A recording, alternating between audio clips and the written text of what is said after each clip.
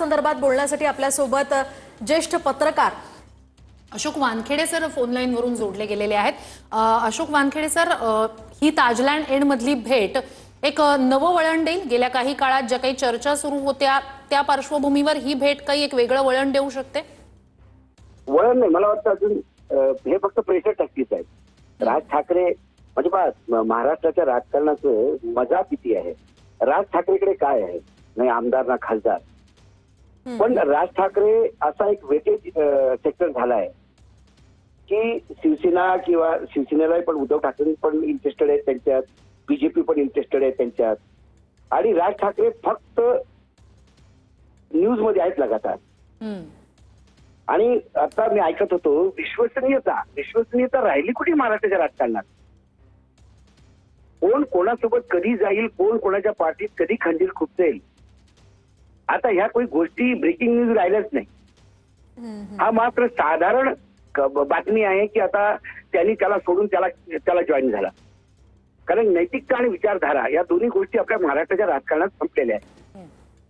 फक्त सत्तेचं राजकारण आणि सत्तेचं बेरीज। आता राज ठाकरे पाहतील चांगलं डील कोणाकडनं मिळेल, बीजेपी कडनं मिळतं की उद्धव ठाकरेंकडनं मिळतं? जे डील चांगलं मिळेल त्याच्यासोबत ते डील करतील, कारण शेवटी राजकारण हा एक धंदाच झालेला आहे।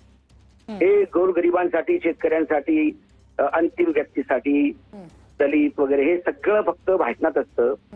प्रत्येकाला आपल्या पदरात किती जास्त पाडून घेऊ शकतो, कारण आता आपलं महत्व वाढलेलं आहे, तर त्या महत्वाला आपण किती कॅच करू शकतो याच्यासाठी या निरंतर भेटी होत राहतील। आता 14 तारखेला वाढदिवसाचे दोघांचे फोटो एकाच बॅनरवर लागलेले आहेत, राज साहेबांचे आणि आदित्यंचे, आणि तिकडे भेट आहे। आणि उद्या मी तुम्हाला सांगतो, या भेटीनंतर राज ठाकरे एवढंच म्हणतील की महाराष्ट्रातले काही प्रश्न होते ते मुख्यमंत्र्यांशी मी बोललो। एक राजकीय दल आहे माझं, एवढा पाऊस वगैरे झाला, लोकांचं नुकसान झालं, त्यासाठी मी मुख्यमंत्र्यांना बोललो, आणि मुख्यमंत्री म्हणतील ते एक महाराष्ट्राच्या समस्येवर आम्ही, किंवा मग देवेंद्र फडणवीस ज्या स्मार्टली बोलतात ते म्हणतात नाही मित्राची भेट होती आणि मग पाहू याच्यात काय झालं तर। नक्कीच। अशोक वानखेडे सर, एक अपडेट आहे या सगळ्या संदर्भात। हॉटेल ताजलँड एंड मध्ये ही भेट होते, साधारण अर्ध्या तासापासून अधिक काळापासून हे दोन्ही नेते ताजलँड एंड मध्येच आहेत।